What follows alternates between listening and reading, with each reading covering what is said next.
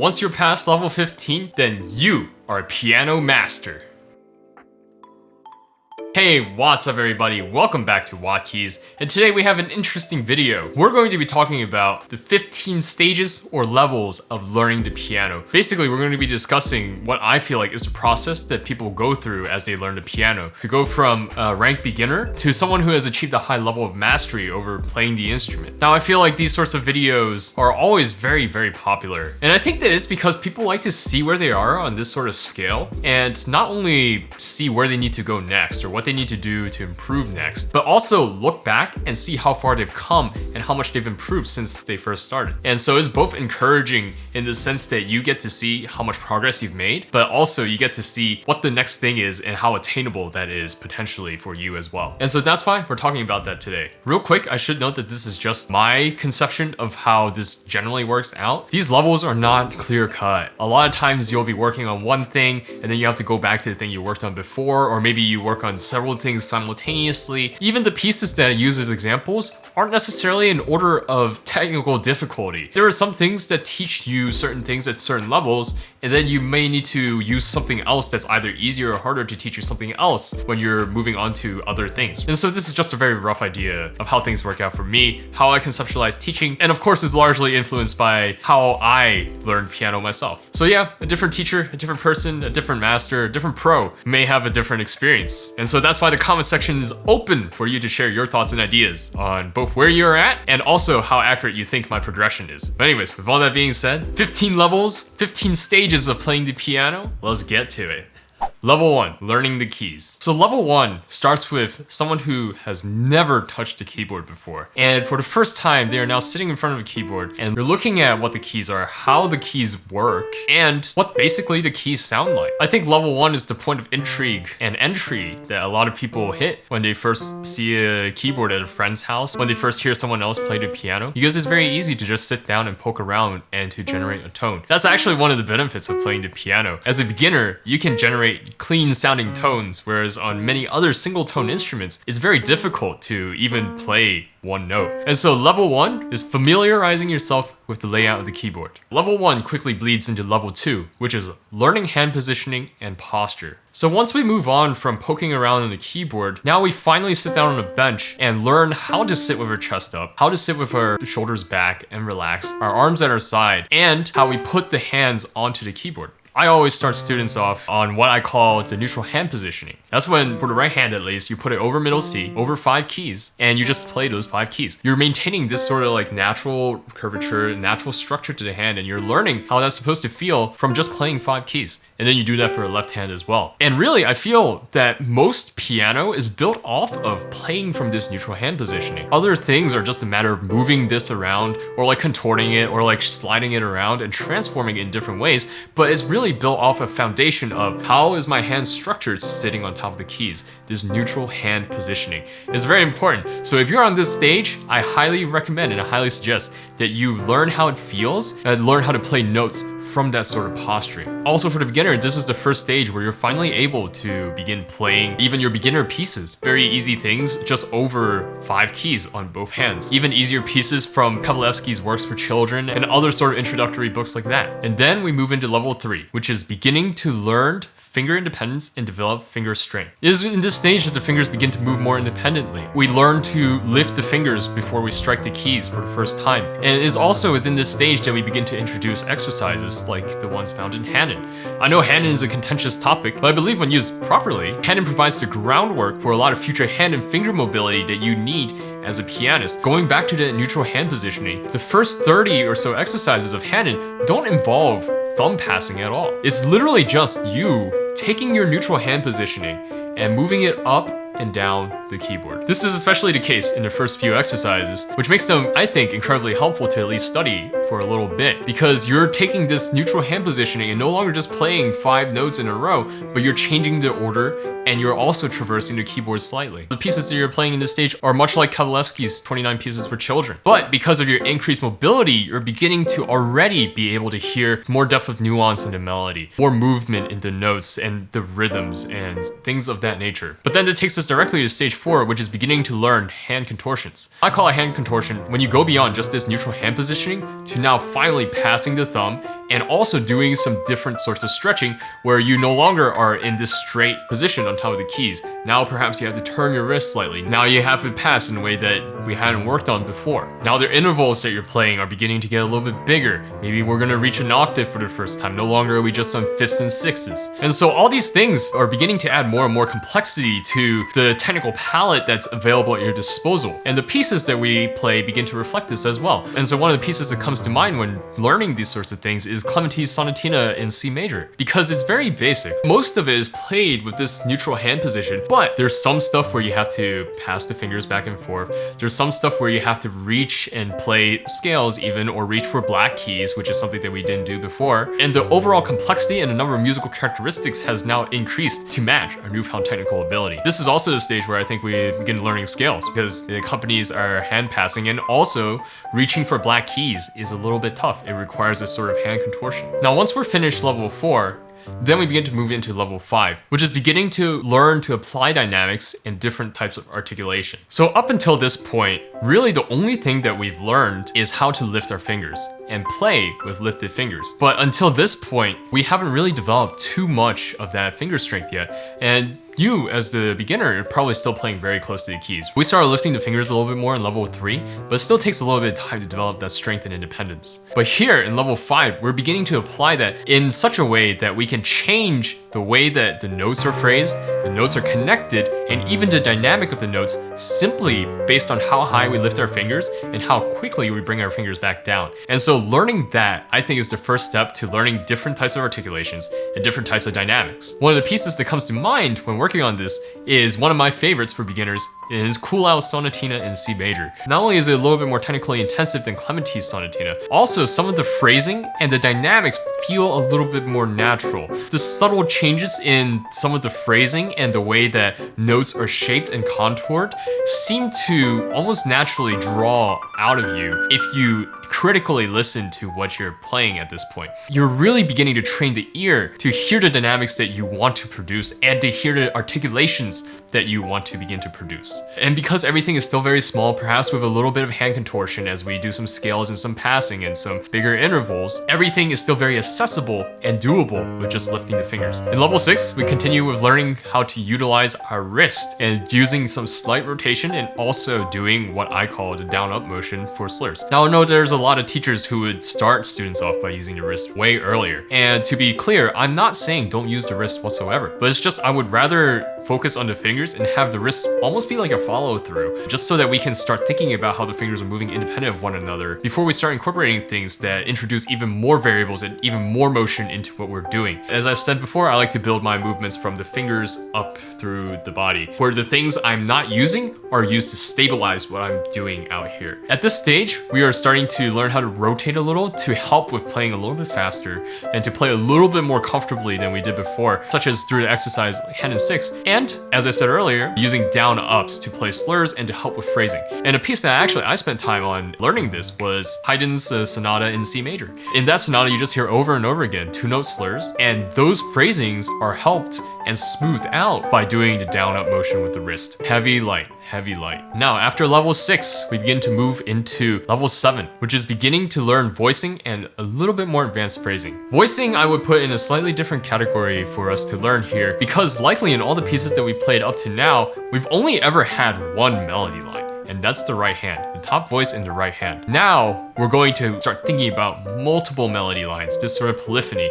And once I say polyphony or polyphonic music, you already know who I'm talking about. I'm talking about playing lots of Bach. So this is the step where we introduce the Bach invention. Now, why is this so important? Not only does it improve our technicality, because now all of a sudden our left hand's carrying melodic elements as well that we need to phrase properly and play properly, but now we have to begin to think analytically about what's our melody, what's our themes, and when do we want to bring them out? What is coming up on top of the other? Is it the left hand or is it the right hand? How am I going to make it sound clear and distinct? And how am I essentially going to phrase the melody properly? And so it's also within this step that we begin to think about what are the important notes? What are the important notes? What are the moving notes? What does my ear want to hear? And what do I want the audience's ear to hear? These are lessons, these are steps that you take into literally phrasing and playing everything else, interpreting everything else that you play down the line. I will still live and die by this statement that my teacher said to me, which is, if you know how to play Bach, you can play everything else. Fight me in the comments down below. Anyways, level 8, learning to use the pedal. I feel like it's an interesting placement to put the pedal. Most people sit down instinctively on a piano and immediately start using the pedal because the pedal sounds good. It makes our playing sound reverberate. It hides our mistakes, at least to us. But the primary function of the pedal is not to create a tone for you, but rather it's to sustain a tone that you've created yourself. In fact, that's probably 80% of all the pedaling that you should be doing. And so the purpose of putting pedaling so far back, after learning how to voice, after learning how to play with finger strength and independence, after learning how to utilize the wrist properly, after beginning to develop some mobility, is precisely so that we learn how to develop our own tone before we use the pedal, so that we don't become reliant on the pedal to create a tone for us, because the pedal can't do it. You might fool yourself into thinking that the pedal can do it, but the pedal can't. I think it's very telling that, at least for me, I didn't start using the pedal until I was 10 years old. And so this is 6 years into playing. The way that it was taught to me was incredibly precise. The pedal has to come down after you press down the note, after you produce the tone. It's sustaining the tone that you're making. And the only way that you can do that, the only way that you can learn to pedal cleanly and accurately and precisely and hear what you're doing through the pedal, is if you have learned to produce the right tone for yourself before you start using the pedal. And so that's why level 8 is beginning to use the pedal. We're learning how to connect using the pedal, and we're learning how to use some on-beat pedal because that'll help a little bit of articulation and begin to move us a little bit more forward into the classical romantic era where that sort of pedaling becomes more and more prevalent. Level 9. Developing speed and agility. Now that we have a lot of tools at our disposal, we're going to begin pulling them together in order to increase our playing speed and our accuracy and the different types of articulations and smoothness that we can get out of our tone. We begin to increase the speed of our scales. We begin to increase the speed of our exercises, all through the use of still lifting the fingers, but also more efficient body movements, by carrying the hands with the body, by using wrist rotations when applicable, by using different hand manipulations when applicable, and by changing the degree to which we lift our fingers in order to achieve, again, different types of articulation, except now we are beginning to be even more precise. Combining everything that we've learned before with voicing, with pedaling, with phrasing, now we can begin implementing those more finer nuances to tweak our technique a little bit more so that we get a little bit more speed, a little bit more accuracy. Beyond the exercises, a piece that I distinctly remember working on that helped with this was Bach's Prelude in C minor out of his Preludes and Fugues. It's helped a lot by being able to rotate, but you still need to lift and play a lot from your fingers in order to get the right articulations on each beat and on the right notes. And we're still very finger heavy in the way that we're approaching playing, but we're starting to pull together more things in order to increase the rate of our playing to become a little bit more technical and to increase, again, the palette, the scope of what we can do on the keyboard. Which now brings us to stage 10, the full utilization of our arm and body, which then leads directly to the expansion of our dynamic palette and range. Beyond just the wrist, now we're going to think about how we're going to not only use our forearms, our upper arms, our shoulders, our lats, whatever, all those postural things to stabilize, but how to also impart even more power into our playing and to increase the speed of our playing. We're going to learn how to really play fortissimo and pisante for the first time, but we're also going to learn how to take those things away and or even use just arm weight sometimes to play the softest pianissimo or to play as lightly as possible. This is the first time that we're going to use all these things in tandem in order to sink as deep into the keys as possible, but also at times glide over the keys. Before this, you should be hitting the key all the way to the bottom every single time because we're still developing that tactile feel from the fingers. Note that it's still built on the foundation of playing from the fingers because we need the strength and structure in the fingers in order to be able to handle everything that we're putting in from the rest of our body. But now we're taking it beyond that. We're utilizing everything at our facilities, everything at our disposal in order to create precisely the tone that we want. One of the early pieces that I remember working on that really worked this was Beethoven's Concerto No. 3 in C minor. Just having to drive a lot of weight into those fortes, into those scales. But even beyond that, even like pieces with like Brahms' Rhapsody in G minor, those require such a large range of dynamics. And before moving on to the rest of the list, I think these two steps, step 9, developing speed and agility, and step 10, utilizing your full body to play, is really where people spend a lot of time. simply because these are difficult things to do. Not only are you beginning to develop better playing technique, but you're also developing your ear further. You're developing your sense for dynamics further. Now you have all the tools essentially at your disposal to begin to work things together. And that's why these two steps take a lot of time. So if you're stuck here, be patient because the reward is coming, the payoff is coming with step 11. Which is when we begin moving out of the intermediate phase and now into the advanced phase. And the first thing we're going to do is learn advanced technique. Advanced playing technique. These are things like your thirds, your scales in thirds, your octave scales, your broken sixes, all these sort of technical things. Sure, maybe you don't need to grind them, but they're going to begin to show up in your pieces and you're going to need to learn how to play them. Perhaps like rhythmic challenges, lots of polyrhythm, offset syncopated 16th notes, offset syncopated octaves. All these things are going to start showing up in the pieces that you're playing, and you're going to have to begin learning how to play all these things with the proper movements, with the proper efficiency, and in a way that allows you to still have control over the dynamics. Now, beyond Hanon and other exercises like that as the beginning building blocks of these sorts of techniques, I think that this is where a lot of people begin looking at etudes, perhaps like the Chopin etudes, where they work different technical things, and working through them slowly will give you not only a robust understanding of how those sorts of techniques work, but also a context in which to work them musically,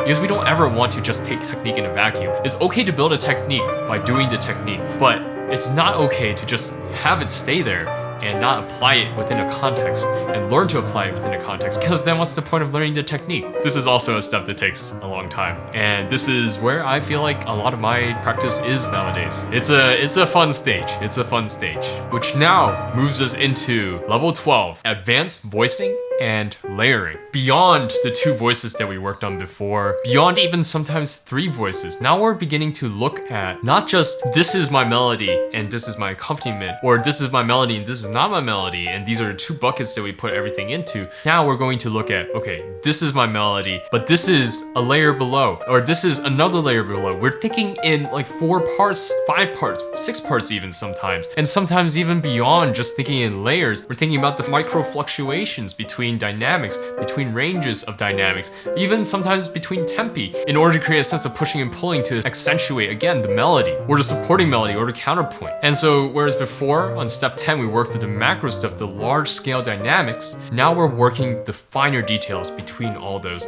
in order to create the subtlest of contrast and to have the most control over the entirety of our playing. Of course, pieces that help with this are Bach fugues, right, because you're dealing with several voices, but even pieces like Rachmaninoff's arrangement of Love Sorrow, there's so many ideas, motifs, and elements in the middle voice that can be brought out at different times, and it can be phrased very delicately too in its own right. And so deciding how you're going to work all these like small layers and to phrase these small layers or not phrase these small layers are all decisions and control that we're learning in this stage, which then brings us to level 13, which is advanced pedaling. Again, I put pedaling last because we want to always use pedaling as a tool and not a crutch to create a tone. At this stage, again, the name of the game is precision, is control. We're going to be learning how to half pedal, quarter pedal, barely pedal so that we get the slightest amount of reverberation or connection between notes without making it muddy. We're going to be looking at how to flutter the pedal really rapidly in order to clear out wrong notes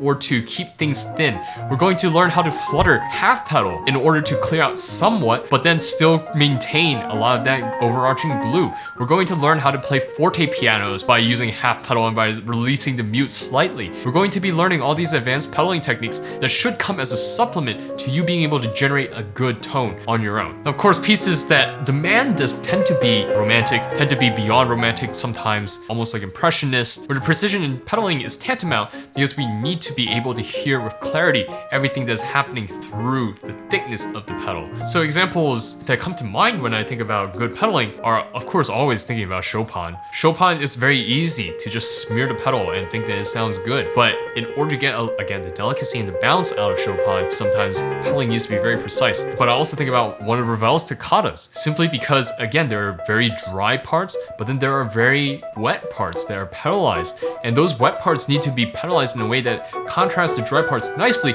but also still maintains a lot of clarity that comes through on dry parts, so that the feel and the texture is still carried throughout the entire piece. Learning advanced pedaling, again, is very tough, and I feel like I'm never satisfied with the way that I'm pedaling. And so this is another fun stage, stage 13, which then brings us to stage 14, which is developing your own interpretive style, developing your own sound. This is really where everything comes together and you develop your identity as a musician. It's not that you haven't been working on this the whole time already, it's just that now, at this point, you have so many tools at your disposal. You have so many ideas on what you can do. Your ear is trained, your mind is trained. You have ideas from different periods. You know the sorts of tones that you can get. You know the tones that you're struggling to get, that you want to get. You know all these things now because you have put in the grind, you have put in the work, and you have listened critically to your own playing. And now you, as a musician, are developing your own style, what you think sounds good, what you want the audience to truly hear. And really, this is developing, going back to what I think musicality is and what makes someone a pianist, this is really developing your style of storytelling, your style of communication, the way that you speak best through music. If there's a step called self-actualization, this would probably be it, because you are beginning to self-actualize by taking everything that you've learned so far, putting it together into a compelling performance, putting it together into a compelling piece, into a compelling story. Unsurprisingly, the piece I'm playing right now is Ballade in G, because this is, I think, one of the best pieces to learn this with, because Ballade in G is technically intensive enough that you can't pull it off as a beginner, and it also has enough nuances where you actually need to think about where the melody is and how you want to work the melody in order to make it sound good. But also, the narrative arc, the narrative sweep of the entire piece is very clear, very obvious. The climaxes, the tension, the resolutions, the falling action, the rising actions, and like even different scenes are like almost sketched out for you by the score in and of itself. And so learning to fit a narrative, learning to fit your story and communicate through that is literally taking all the things that you've worked on and also looking at what the score is giving you and then finding your story, the thing that you're trying to say through that. Not only do I feel like it's very clear in the ballad, but it is incredibly rewarding when you're able to do it as well. And so yes, that is level 14, learning how you storytell best, developing your interpretive style, and developing really your identity as a pianist. That still leaves one level, and that's level 15, which is respecting, appreciating, and integrating other musical ideas and other musical styles into your own. It almost takes putting in the grind, putting in the effort in order to then truly appreciate the ideas that someone else is bringing to the table because they've put in the grind and they've put in the effort as well. After you've put in your work, after you've paid your dues in all 14 steps, after you've gone from just looking at the keyboard and learning what the keys are to now developing your own style through grinding technique, through grinding, training your ear, through learning how to voice, learning how to do all these things, use your whole body when playing. When you look at someone else doing that in a different way than you, but also producing a beautiful tone that perhaps sounds a little bit different from yours,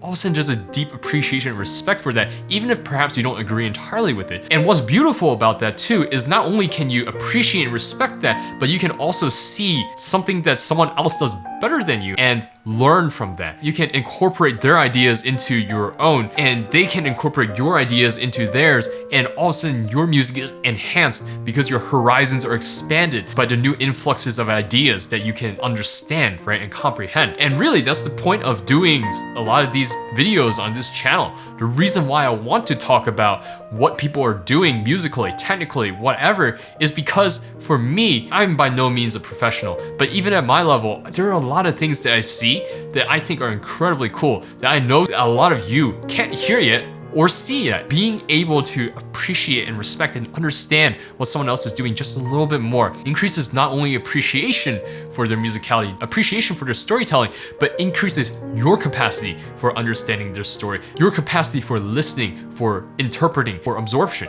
This is where I think everything comes full circle. You, who was first inspired to play the piano because you listened to someone do something incredibly cool, you now play an active role in inspiring others, but you are still continually being inspired by others. And I think that's a beautiful thing. These last few steps with advanced technique, advanced pedaling, advanced voicing, and developing your own style, and listening to others, this is perpetual process. You never outgrow these last 4 steps. So when I said that it's 15 steps to piano mastery, I lied, because you can't get past the last 4 steps. I think this is the joy in playing piano, where at the top of the mountain, there's always more climbing to go. And the higher we climb, the more effort we put in the more we can appreciate the beauty that is there. And I hope that that is encouraging to you on your piano journey, wherever you are in this process, whether you are looking at a keyboard for the first time, or whether you are learning how to play scales for the first time, or whether you are playing your first Bach invention. Wherever you are, I hope that this is encouraging, that there is a next step that you can take, that you can work towards, and that even just the process of thinking about how to get there,